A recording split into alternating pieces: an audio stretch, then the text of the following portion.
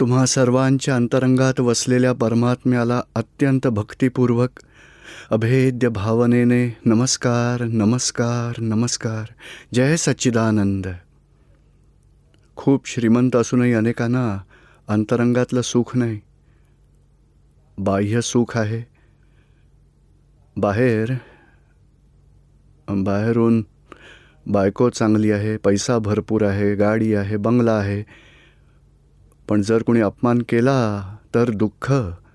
आणि दुसऱ्यांचं बघेल, ओ त्याचं बरं आहे, आपल्याकडे त्याच्यापेक्षा कमी तरी दुःख नाही. त्याला काहीच दुःख म्हणजे खरं सुख शुद्धात्म्यामध्ये.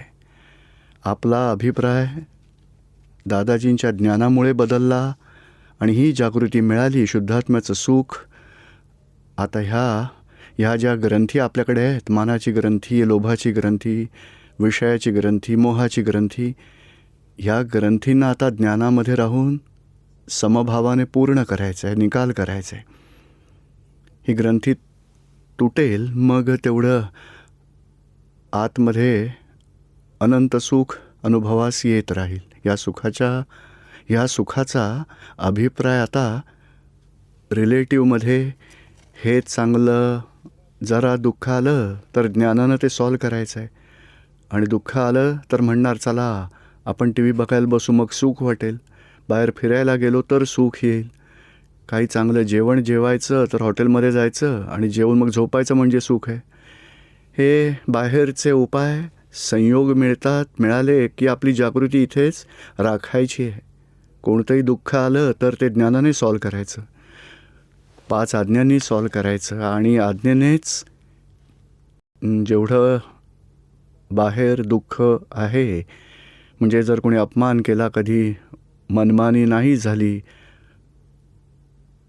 नुकसान झालं व्यवसायात, दुःखाला ज्ञानाने जेवढं सॉल्व करत जाल तेवढाच दुःखाचा अभाव मग सुरू होईल.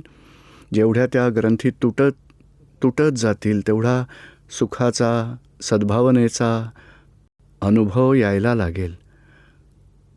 हा आता महात्म्यांचा हा पुरुषार्थ आहे.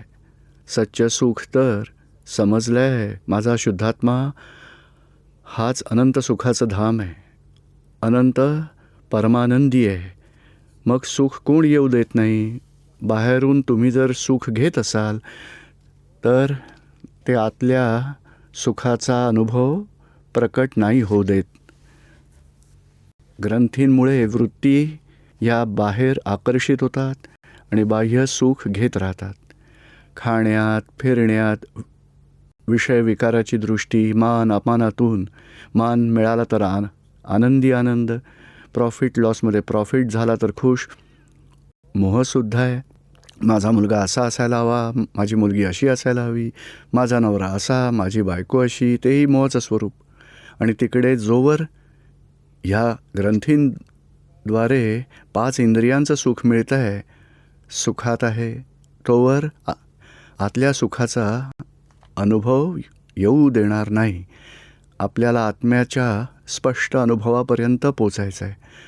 म्हणूनच इथे जागृती ठेवायची. पंचेंद्रियांचं सुख, मान म्हणजे जे बघा रिलेटिव्ह सुख आहे, 5 इंद्रियांचं सुख, मान, लोभ, मोहाचं सुख,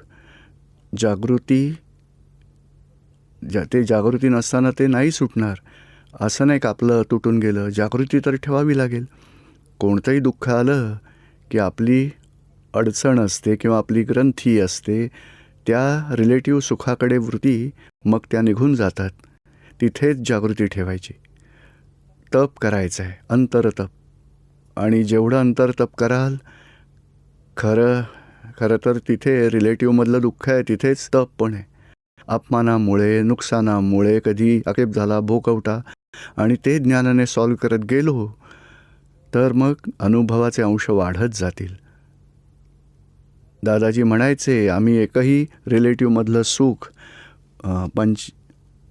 पंचेंद्रियांचं जे सुख, कषायांचं जे सुख, एकही रिलेटिव्हमधलं सुख सातत्याने आम्ही घेत नाही. सतत तप करतो. आपल्याला जर काही दुःख व्हायला लागलं तर तप करायचं. ते तर सुखातही तप करायचं. रिलेटिव्ह सुख तन्मयाकार होऊन भोगायचं नाही, तेव्हाच कुठे जाऊन स्वतःच्या अनंत अनंत परमानंदात राहू शकता तुम्ही. आपल्यासाठी तो पुरुषार्थ खुला आहे. आता थोडे काही प्रश्न घेऊया आपण इथे. सरोज पासकर, भोपाळ. जय सच्चिदानंद पूज्यश्री. बोला. पूज्यश्री, आधी व्याधी उपाधी हे समजवावे जरा. आधी म्हणजे मानसिक दुःख. मुलगा अभ्यास करत नाही, काय होईल? नवऱ्याची तब्येत ठीक नाही आहे, काय होईल? म्हणजे मनातल्या मनात ह्या माझ्या पायात यातना होत आहेत, मग ऑपरेशन करावं लागेल का?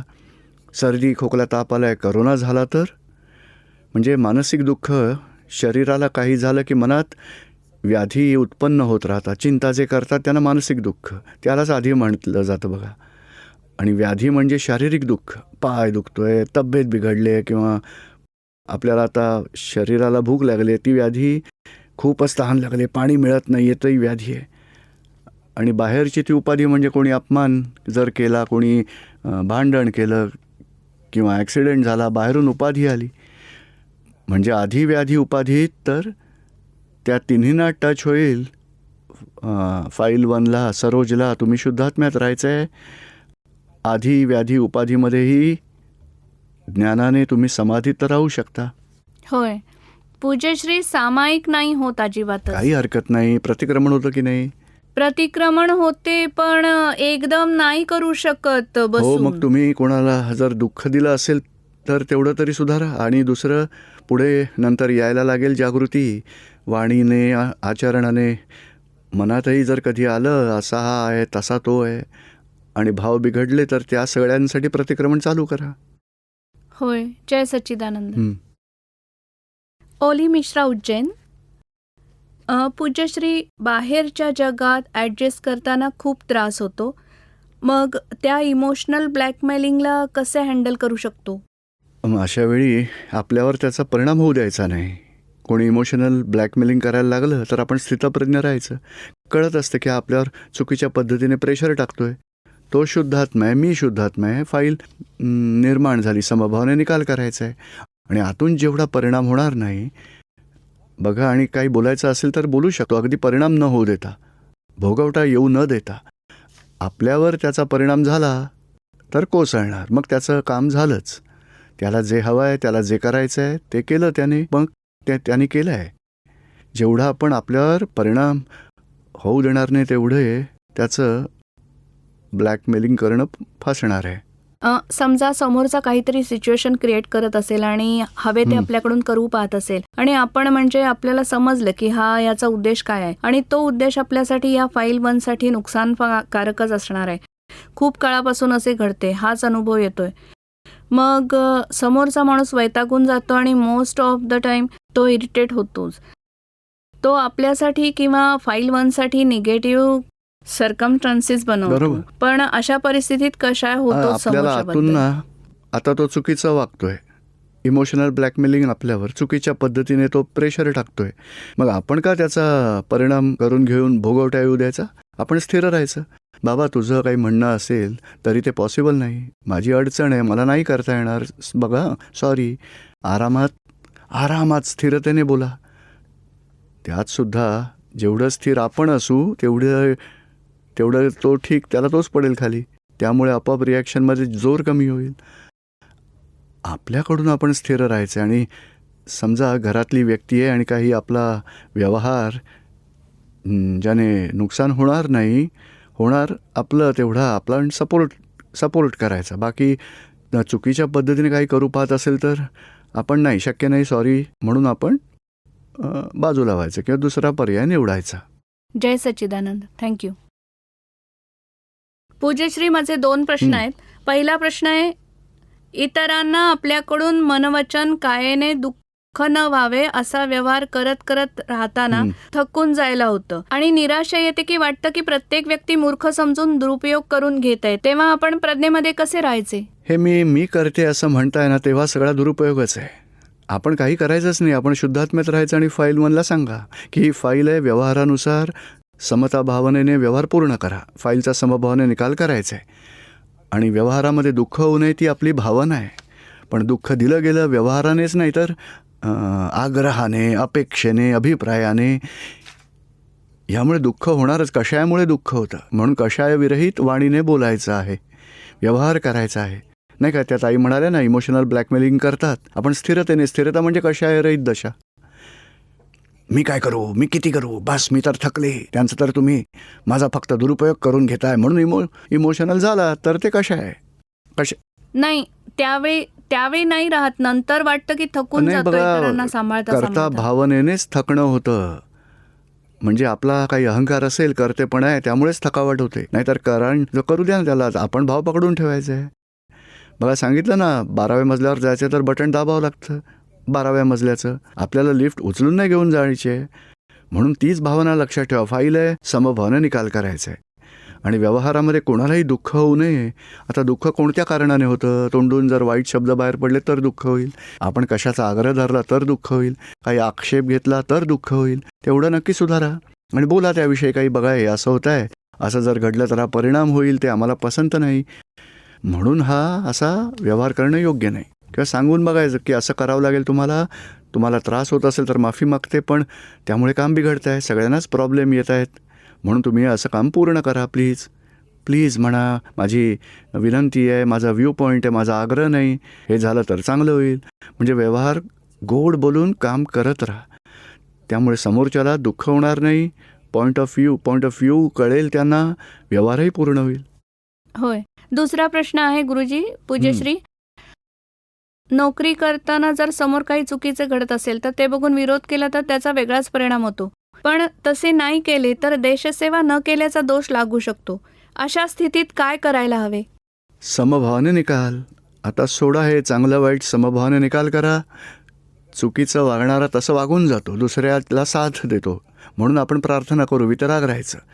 आणि आपल्यालाही इन्व्हॉल्व व्हावं लागलं तर समजायचं. जास्त करून पैशांचा मामला असेल तर भ्रष्टाचार असेल आणि हा पुढचा घेत असेल, मागचाही घेतोय आणि मध्येच आपल्याला घ्यावं लागेल. कधी पैसा जर घ्यावा लागला, आपली 100% इच्छा नसेल तरी तो आला तर बाजूला ठेवा, चॅरिटीमध्ये टाका, देवाच्या कामासाठी. गरिबांना दान करा, देवळात दान द्या, काही चॅरिटीच्या कामामध्ये द्या. आपल्याला काही स्वतःला पर्सनल यूजसाठी पैशातला त्या एक पैसाही वापरायचा नाही आहे. खोटं तर तो वागतोय, दुसऱ्याबरोबर करत असेल तर वितरागी राहा. हे भगवान सद्बुद्धी, सगळ्यांना सद्बुद्धी लाभो, सन्मार्गावर चालवत, हा दुराचार, व्यभिचार, भ्रष्टाचार न करोत, त्यांना सच्ची समज मिळो, या गुन्ह्यातून सुटका मिळो, अशी मग सगळ्यांनी तुम्ही प्रार्थना करायची. पूज्यश्री, पण जर असं नुसतं पण बघत राहिलो त्याच्याकडे तर समोरचा तर त्याच्या परिस्थितीतच राहील, आपल्यावर परिणाम नाही होणार, पण तोही नाही सुधारणार. तो नाही सुधारणार. तुम्ही त्याला सुधारायलाही जाऊ नका. तुम्ही तुमची सेफ साईड ठेवा. त्याच्यासाठी प्रार्थना केली तर तीच मोठी आहे, सगळ्यात मोठी सुधारण्याची चावी. त्यासाठी प्रार्थना करा. म्हणजे आपण त्याचा द्वेष करायचा नाही आहे, मरू दे, हे चुकीचं वागतोय, आपण काय करणार, असा आपला अभाव नाही पाहिजे. आपली नक्कीच प्रार्थना आहे की याला दुःखापासून मुक्ती हवी आणि वाईटापासून सुटका व्हावी. आपला 100% पॉझिटिव्ह एफर्ट आहे, त्याच्यासाठी प्रार्थना आहे. बाकी बाहेरून प्रयत्न जर करायला जाल त्याने सुधारावं म्हणून, तर हे होणार नाही. प्रवृत्तीने लाचार येतो. जय सच्चिदानंद. पूज्यश्री, मी क्रमिक आणि अक्रमच्या मध्ये जणू दोन्ही दगडांवर पाय ठेवून जगतीये. जिकडे राहते तिकडे क्रमिक मार्गाचा खूप जास्त अंगीकार केला जातो आणि माझे मन सुद्धा पुन्हा पुन्हा तिकडेच ओढ घेते. एवढी तपश्चर्या असते, महाराजांच्या सत्संगाला जाते, त्यामुळे कधी कधी भटकायला होतं. ते म्हणतात की तू हे कर, ते कर, मला काहीच समजत नाही आणि मी नक्की काय करू? हां, सांगा. माझी कपॅसिटी असेल तेवढंच मी करेन, नसेल कपॅसिटी तर नाही करणार. आणि काही नियम, काही करण्याचा काही आग्रह धरू नका. आणि व्यवहारात ते म्हणतील 3 उपास करा, मग नाही बाबा, मी एकही म्हणजे 2 ताससुद्धा उपासही नाही राहू शकत, मग मला दुसरं काहीतरी सांगा. हां, मी अर्थध्यान, रौद्र ध्यानाचं प्रतिक्रमण नक्की करेन 1 तास बसून, उपास नाही होऊ शकणार माझ्याकडून, असं सांगायचं. बाकी आपण आपले कशायांचे दोष धुवून टाकण्यात वेळ व्यतीत करायचा बाकी.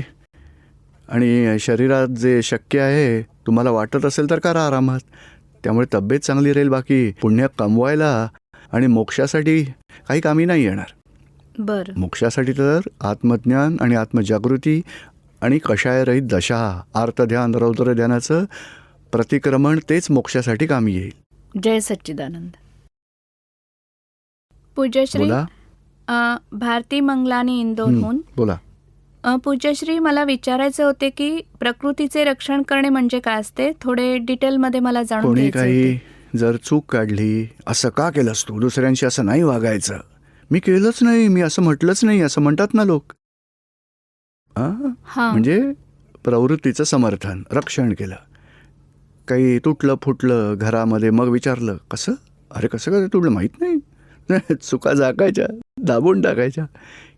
किंवा जर आपण रागावलो मुलावरती, तो अभ्यास करत नाही, अभ्यास करत नसेल, तर आपण चिडून त्याला जरा रागावलो, त्यावेळी मग पप्पा पप्पा मुलांचे वडील म्हणतात, ए तू का रागवतेस मुलाला, तुम्हाला वाटतंय ना मी जास्त क्रोधाने त्याला दुःखही दिलं आहे, त्याला खूप वाईट वाटलं आहे, माझी चूक आहे.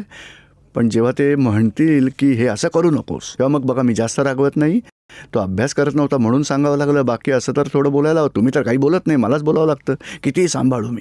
म्हणजे तेव्हा आपण क्रोध केला आहे, चुकलो आहे, तो दुःखी झाला आहे, आपली चूक आहे हे जाणूनही मग रक्षण करतो आपण की क्रोध थोडा करावाच लागणार, तुम्ही तर काही बघत नाही, मला बघावं लागतं, म्हणजे हे रक्षण झालं.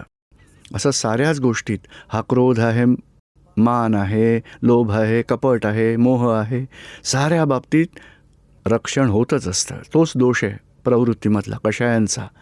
आणि कषाय करणं हे चूक आहे जाणूनही लालसेमुळे किंवा मग स्वतःमधलं वाईट न बघण्याने इतरांना माझं आवडायलाच हवं, त्यामुळे मग कपट करून रक्षण करत राहतात. कोणाची प्रकृती, भारतीची प्रकृती, स्वभाव, याचा अर्थ थोडं डिटेलमध्ये मला समजून घ्यायचं आहे. हे खाणं पिणं असतं ना, त्यालाही प्रकृती म्हटलं जातं, स्थूल प्रकृती. चालणं फिरणं, खाणं पिणं, कपडे दागिने, फिरणं, बाहेर जाणं, सिनेमा बघणं, नाश्ता करणं हॉटेलमध्ये, ती सगळी स्थूल प्रकृती. सूक्ष्म प्रकृती क्रोध, मान, माया, लोभ, राग, द्वेष, मोह, विकार, सारी सूक्ष्म प्रवृत्ती, मानसिक दोष आहेत ते बघा.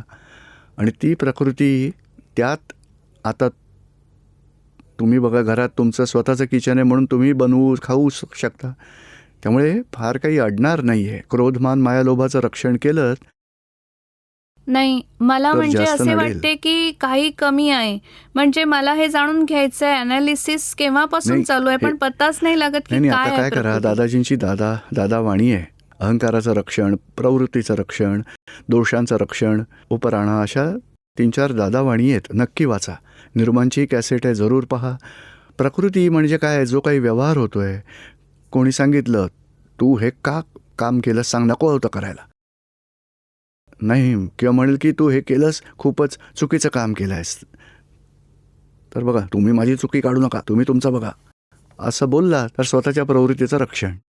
नाही, असे लगेच म्हणजे कळते सुद्धा की काय आहे. भारतीला असे वाटते की ती जाणते, भारती आपला स्वभाव जाणते, पण तरी वाटतं की हे काहीतरी वेगळं आहे. ते विरोधाभास घडतो का कधी, म्हणजे उपासाच्या दिवशी खाण्याचे विचार येतात, फ्रीज उघडून बघता, उपवास नाही करत कधी. नाही, उपासाचं विचारलं, हे उदाहरण सांगितलं फक्त. आपण निश्चय केला की एवढे तास हे करायचं आहे, तर त्याच दिवशी थोड्या वेळात नाही आज तर नाही होऊ शकणार, पुढच्या दिवशी करेन, असे लगेच विचार बिघडतात. निश्चय करतो आणि लगेच कल्टी मारतो आणि या निश्चयाप्रमाणेच करत नाही आणि दुसरंच काहीतरी करतो. यालाच कच खाणं म्हणतात. तिथे त्याचं समर्थन आहे. बुद्धी सांगते की हे करायचं आहे, जाऊ दे आता, हे तर रोजच करतो, आज नाही करणार.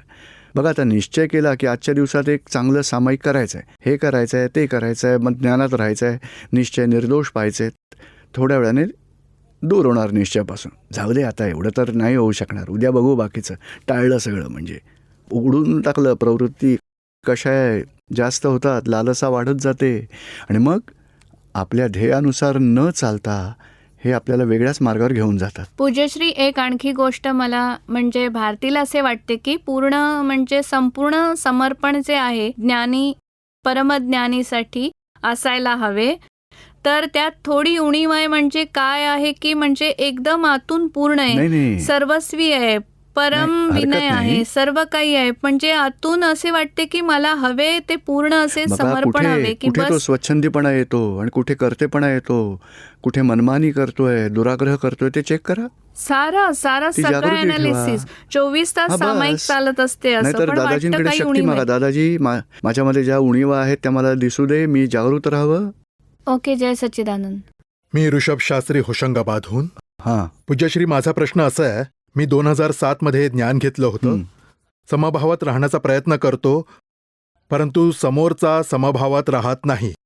अशा स्थितीत मी कुठवर समभावात राहायचे? कायमच राहायला हवं.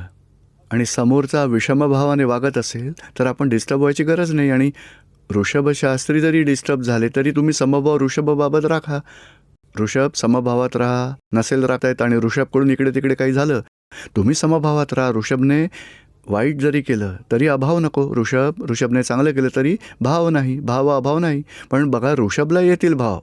मान मिळाला तर खुश होईल, अपमान झाला तर तो डिप्रेसही होईल. त्या ऋषभवरच्या परिणामांकडे तटस्थपणे बघा. कधी कधी नाही, त्यात समोरच्याला सुधारणं हा समभाव नाही. समोरचा आपल्याशी ॲडजस्ट होते, तो समभाव नाही. समोरचा इच्छेनुसार करतोय तर समभाव नाही. तो कितीही वेडावाकडा वागो, त्याला निर्दोष पाहणं, तिथे समभाव आहे. होय. दुसरा प्रश्न असा होता की फाईल नंबर 2 ने सुद्धा ज्ञान घेतलंय 2007 मध्ये. कधी कधी कर्माचा फोर्स एवढा येतो की कटकटी होतात. काही वेळानंतर मग ज्ञानात येतो आम्ही. बरोबर आहे, चालेल. हां. ते झाल्यावर प्रतिक्रमण करा आणि पुन्हा ते होणार नाही एवढी जागृती ठेवा. हां हां हां. हां, जय सच्चिदानंद. ज्योती गौतम, बोला. माझा प्रश्न असा आहे की मी जेव्हा एक्झामचा पेपर देते तेव्हा मी जेवढी मेहनत करते तेवढा रिझल्ट नाही येऊ शकत, असे का होते? म्हणजे तुम्ही थोडं योग्य तऱ्हेने लिहिलं नसेल, त्यामुळे मार्क्स कमी येतात. बरं. प्रश्न विचारला गेलाय, जो आलाय आणि तुम्ही उत्तर कमी लिहिलं असेल, अर्धवट लिहिलं असेल, मग पुढच्या वेळी चांगली उत्तरं लिहा. आणि दादाजींचं प्रार्थनेचं पुस्तक आहे ते सुद्धा वाचा. असीम जय जयकार करा. 10 मिनिटं करत राहा. शक्ती मागून अभ्यासही करा. परीक्षेच्या वेळी दादाजी तुम्ही हजर राहावं, आपण लिहून घ्या. समता भावनेने मी पेपर लिहू शकेन अशी मला शक्ती द्या. सुरुवात करा. जे प्रश्न येतील एकानंतर एक लिहित जा. हळूहळू सगळं लक्षात राहायला लागेल. पूर्ण प्रश्नपत्रिका लिहून होईल. मग गुरुजी, आशीर्वाद द्यावा. मी गव्हर्नमेंट जॉबची तयारी करते, मला चांगली नोकरी हो. लागावी. नोकरी मिळाल्यावर पूर्ण होईल ना, नंतर काही राहणार नाही ना मागणं. नाही असेल ना. असं मागणं मागा जे पूर्ण झाल्यावर काही मागावंच नाही लागणार. विचार करा काय मागू शकता तुम्ही. हां, जय जय सच्चिदानंद. सच्चिदानंद.